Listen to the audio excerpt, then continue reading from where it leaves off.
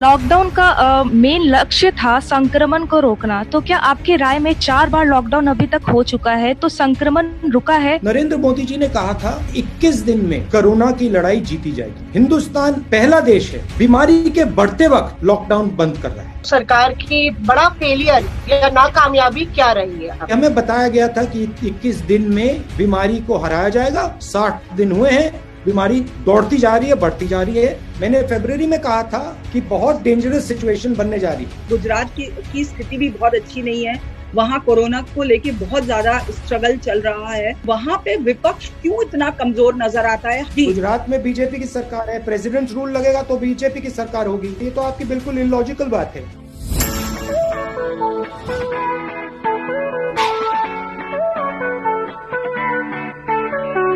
बताया गया था कि 21 दिन में बीमारी को हराया जाएगा।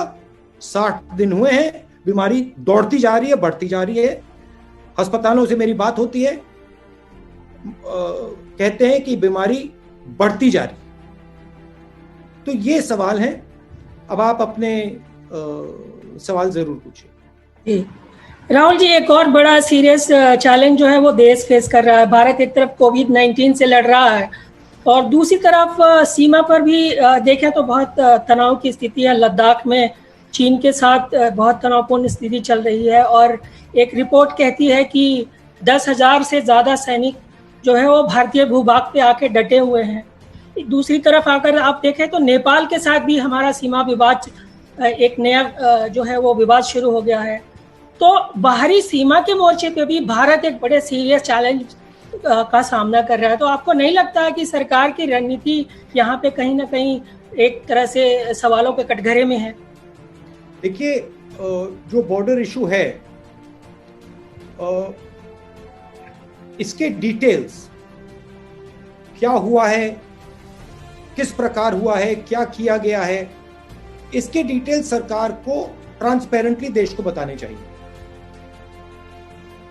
क्योंकि क्लैरिटी फ्रैंकली किसी को नहीं है। नेपाल में क्या हुआ, किस प्रकार हुआ, क्यों हुआ, लद्दाख में क्या हो रहा है, किस प्रकार हो रहा है, ट्रांसपेरेंसी होनी चाहिए। क्लियरली उनको सरकार को बताना चाहिए। वो ट्रांसपेरेंसी नहीं दिख रही है मुझे। जो चाइना और हिंदुस्तान की बात है, अभी वो लाइव इशू है, तो उसके बारे में मैं प्रेस कॉन्फ्रेंस में ज्यादा नहीं बोलना चाहता हूं। वो मैं सरकार के विजडम पे छोड़ना चाहता हूं। मगर ट्रांसपेरेंसी की जरूरत है। हमें मालूम होना चाहिए क्या हो रहा है, और वो देश को नहीं मालूम। जी सर, धन्यवाद। हम सर मूव करते हैं टेलीविजन की तरफ। सॉरी, मैं एक चीज ऐड करना चाहता हूं। जी सर। जब तक थोड़ी ट्रांसपेरेंसी नहीं होगी, मुझे इस पे टिप्पणी करना या बोलना सही नहीं होगा। अगर ज्यादा इंफॉर्मेशन होगा तो फिर मैं आपको एक क्लियर कट पोजीशन दे सकूंगा। In the middle of a meeting, Kabir, can I call you back in 10?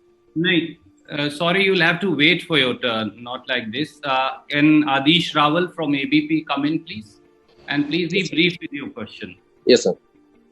Rahul ji, 30 जनवरी को पहला केस रिपोर्ट हुआ था कोरोना का। उसके बाद 12 फरवरी को आपने इस बात को पार्लियामेंट में उठाया था, और उसके बाद आपने कई बार ये भी कहा कि आर्थिक महामारी आ सकती है, स्वास्थ्य को लेकर प्रॉब्लम हो सकती है। लेकिन 24 मार्च को 54 डेज के बाद लॉकडाउन लगा। इसके ऊपर आप क्या कहना चाहेंगे कि सरकार का जो रवैया है टुवर्ड्स अपोजिशन, उसको क्या सरकार सीरियसली नहीं लेती है? देखिए, सरकार का काम गवर्नेंस का होता है, हमारा काम ऑपोजिशन का है। हमारा काम सरकार पर प्रेशर डालने का है, और अगर सरकार की दृष्टि कहीं नहीं जा रही है, कोई थ्रेट है जो सरकार को नहीं दिख रहा है या जिसको सरकार इग्नोर कर रही है, उसको हाईलाइट करना हमारा काम है। मैं जो फरवरी में कर रहा था, मैं अभी भी वही कर रहा हूं। मैंने अपनी पोजीशन नहीं बदली है। मैंने फरवरी में कहा था कि बहुत डेंजरस सिचुएशन बनने जा रही है, और आज भी मैं कह रहा हूं। और फरवरी जो मैं कहा था, उससे स्ट्रांगली मैं आज कह रहा हूं कि अगर फाइनेंशियल सपोर्ट नहीं दी, अगर स्मॉल एंड मीडियम बिजनेसेस को प्रोटेक्ट नहीं किया, तो जो नुकसान होने वाला है वो अभी तक कुछ दिखाई नहीं है। ये तो पहला चैप्टर भी शुरू भी नहीं हुआ है। तो जो मैं वार्निंग फरवरी में दे रहा था, वही वार्निंग मैं आज फिर से दे रहा हूं, और मैं सरकार से कह रहा हूं, आदर से कह रहा हूं, रिस्पेक्ट से कह रहा हूं, प्लीज आप इकोनॉमिक एक्शन लीजिए, आप एकदम कैश इंजेक्शन दीजिए, आप एकदम स्मॉल एंड मीडियम बिजनेसेस की रक्षा कीजिए, नहीं तो बहुत जबरदस्त आर्थिक नुकसान होने वाला है। मेरा काम देश की जो निगाह है, जो पर्सपेक्टिव है, उसको शेप करने का है। और मैं देश को और नरेंद्र मोदी जी को कह रहा हूं कि आपने जो पैकेज में किया है उससे कुछ नहीं होने वाला है। एक प्रॉब्लम है, मैं आपको बताता हूं। थोड़ी सी मेरी बातचीत जो डिसीजन मेकर्स हैं इनडायरेक्टली होती रहती है। उनकी व्यू है कि अगर हमने बहुत सारा पैसा गरीब लोगों को दे दिया, मजदूरों को दे दिया, तो बाहर देशों में गलत इंप्रेशन चला जाएगा, हमारी रेटिंग खराब हो जाएगी। मैं फिर से दोहरा रहा हूं, हिंदुस्तान की शक्ति बाहर से नहीं बनती है, हिंदुस्तान की शक्ति हिंदुस्तान के अंदर से बनती है। हिंदुस्तान की इमेज बाहर नहीं बनती है, हिंदुस्तान की इमेज हिंदुस्तान के अंदर बनती है। जब हिंदुस्तान मजबूत होता है, जब हिंदुस्तान की शक्ति में शक्ति होती है, तो बाकी दुनिया देखती है, इमेज बनती है हमारी। तो मैं फिर से कह रहा हूं, हिंदुस्तान की शक्ति की रक्षा करने की जरूरत है। शक्ति की रक्षा कैसे करनी है? डायरेक्ट कैश एकदम 50% लोगों को महीने का 7,500 रुपए, सबसे गरीब मजदूरों को। ये हमारी शक्ति है, ये हमारी स्ट्रेंथ है, ये हमारा सोल है, आत्मा है, इसकी रक्षा करनी है। विदेश क्या सोच रहा है उसके बारे में नहीं सोचना, अभी वो बाद में देखेंगे। क्या किया सरकार ने, किस प्रकार से किया, मैं फिर से दोहरा रहा हूं, बात हो गई, खत्म हो गई। मगर अभी भी हम एक्शन ले सकते हैं, अभी भी सरकार मजदूरों की मदद कर सकती है, अभी भी सरकार 7,500 रुपए महीने का दे सकती है और देना चाहिए। थिंक, अगर आपने प्रधानमंत्री से भी पूछा कि भाई आपने 21 दिन का बोला था, 60 दिन हो गए, तो आई थिंक प्रधानमंत्री हिमसेल्फ विल एक्सेप्ट, वो ही एक्सेप्ट करेंगे कि जो उनका पहला प्लान था वो फेल हुआ, वो भी एक्सेप्ट करेंगे। मगर हम सिर्फ ये कह रहे हैं, ठीक है, हम मानते हैं कि फेल हो गया, एक्सेप्ट करते हैं उस बात को, मगर अब आगे बताइए क्या करना है। अब प्रधानमंत्री ने एक लो की अपनी पोजीशन अडॉप्ट कर ली है। पहले 2-3 बार उन्होंने फ्रंट फुट पे खेला, अब प्रधानमंत्री जी दिखाई नहीं दे रहे हैं। मगर देश को प्रधानमंत्री का चेहरा दिखना है, प्रधानमंत्री को देश को बताना पड़ेगा कि आगे क्या करना है।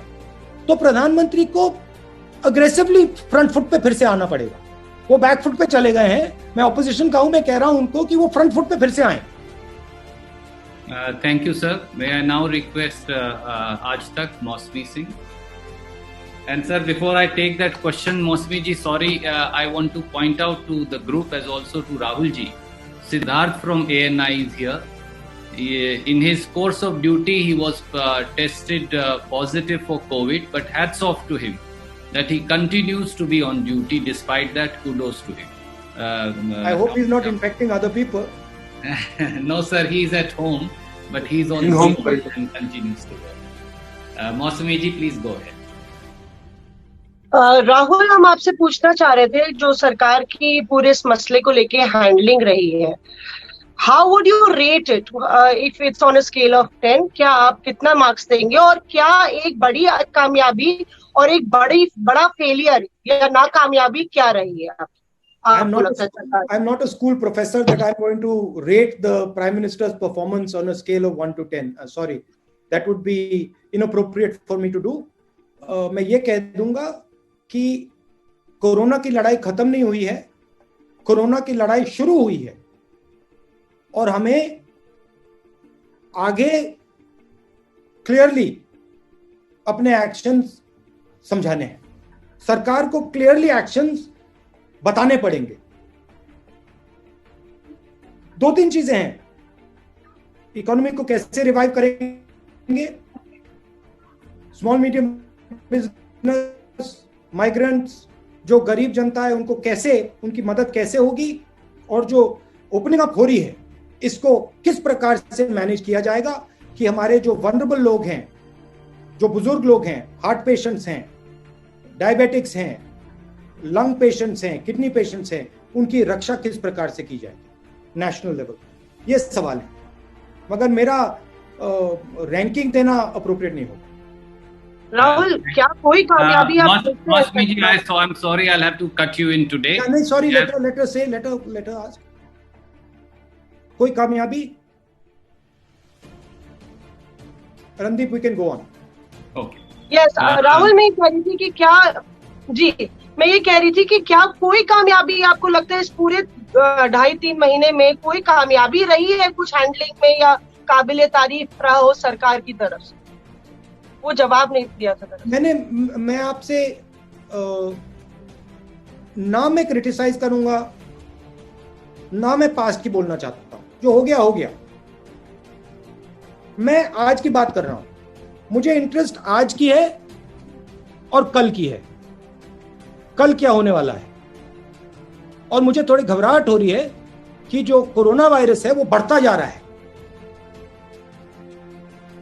स्टेट लेवल पे हम लड़ रहे हैं, मगर जो सपोर्ट मिलना चाहिए वो सपोर्ट सरकार दे नहीं रही है। और मैं रिक्वेस्ट कर रहा हूं सरकार से कि सिर्फ कांग्रेस के स्टेट्स को नहीं, बीजेपी के स्टेट्स को, कांग्रेस के स्टेट्स को, सबको वो फाइनेंशियली सपोर्ट करें। हाँ जी राहुल जी, मेरा सवाल है कि महाराष्ट्र को लेकर वहां पे जो विपक्ष है उसने ये सवाल लगातार मांग कर रहे हैं कि वहां राष्ट्रपति शासन लगाया जाए और वहां के जो हॉस्पिटल्स हैं उनको सेना के हवाले कर दिया जाए। लगभग वैसी ही स्थिति कुछ गुजरात में है। गुजरात की स्थिति भी बहुत अच्छी नहीं है, वहां कोरोना को लेके बहुत ज्यादा स्ट्रगल चल रहा है। लेकिन एक चीज समझ में नहीं आती कि वहां पे विपक्ष क्यों इतना कमजोर नजर आता है। हालांकि कांग्रेस ने वहां की हेल्थ सर्विसेज को लेके कुछ सवाल उठाए हैं, लेकिन क्या इस तरह की मांग वहां नहीं होनी चाहिए? और एक इसी से जुड़ा सवाल ये है राहुल जी, हमें गुजरात के बारे में प्रेसिडेंट रूल मांगना चाहिए। नहीं, आप लगातार गुजरात की सरकार बीजेपी से लेके बीजेपी को पकड़ा दें। नहीं, आप लगातार क्या लॉजिक है? आप लगातार ये वहां पे सेना उतारने की बात की गई, इस तरह की चीजें लगातार आप राजनीति न करने की बात कर रहे हैं, लेकिन राजनीति तो हो रही है। मेरा कहना है कि गुजरात में तो बीजेपी की सरकार है, गुजरात में बीजेपी की सरकार है, प्रेसिडेंट रूल लगेगा तो बीजेपी की सरकार होगी। लेकिन नहीं, वहां पर आपकी इलॉजिकल बात है, मुझे बोलने दीजिए। ये तो आपकी बिल्कुल इलॉजिकल बात है। जहां तक विपक्ष की बात है, गुजरात में हमारे लोग विपक्ष की लड़ाई बहुत अच्छी लड़ रहे हैं। वो आपको जब चुनाव होगा वहां पर पता लग जाएगा। मगर एक स्पिरिट से मैं कहना चाहता हूं, देखिए डेमोक्रेसी में अगर महाराष्ट्र में सरकार है तो बीजेपी का काम उसको अपोज करने का है, कोई गलती नहीं है। अगर बीजेपी सवाल उठाना चाहती है, कंस्ट्रक्टिवली सवाल उठाना चाहती है, उनको उठाना चाहिए, उससे फायदा होता है। उससे हमारी सरकार उनकी बात सुनकर सीख सकती है, एक्सेप्ट कर सकती है,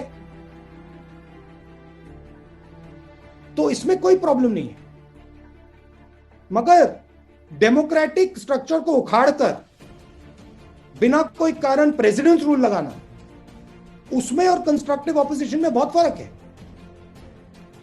अगर बीजेपी हमारी छत्तीसगढ़ में, राजस्थान में, पंजाब में हमें कोई सजेशन देना चाहती है, हम उसको सुनेंगे। अगर वो वैलिड सजेशन है हम शायद उसको एक्सेप्ट भी कर लें। तो उसके खिलाफ नहीं हूं मैं, मगर वहां से लेकर आप प्रेसिडेंट्स रूम में जंप मार दें, वो अलग बात है। राहुल जी से जुड़ने के लिए शुक्रिया। कुछ क्लोजिंग रिमार्क्स वो अब देंगे आपको। जैसा मेन थ्रस्ट इस प्रेस कॉन्फ्रेंस का कि जो लक्ष्य लॉकडाउन का था वो पूरा नहीं हुआ, 60 दिन हो गए, बीमारी बढ़ती जा रही है, तो हमें क्लैरिटी चाहिए सरकार की क्या पोजीशन है, सरकार आने वाले दिनों में क्या क्या करेगी, गरीबों को किस प्रकार से सपोर्ट करेगी, जो हमारे स्मॉल मीडियम बिजनेसेस हैं, जो हमारे माइग्रेंट लेबर हैं, उनकी कैसे रक्षा करेगी, और ओवरऑल आगे इनका क्या प्लान है। ये मेन मेरा प्रेस कॉन्फ्रेंस का थ्रस्ट था। आप सबको बहुत बहुत धन्यवाद। और जैसे रणदीप जी ने कहा, ये हम पीरियोडिकली प्रेस कॉन्फ्रेंस करते जाएंगे। पिछली बार जिन लोगों ने सवाल नहीं पूछा, इस बार आपको चांस मिल गया, अगली बार और भी लोगों को हम चांस देंगे। धन्यवाद, नमस्कार।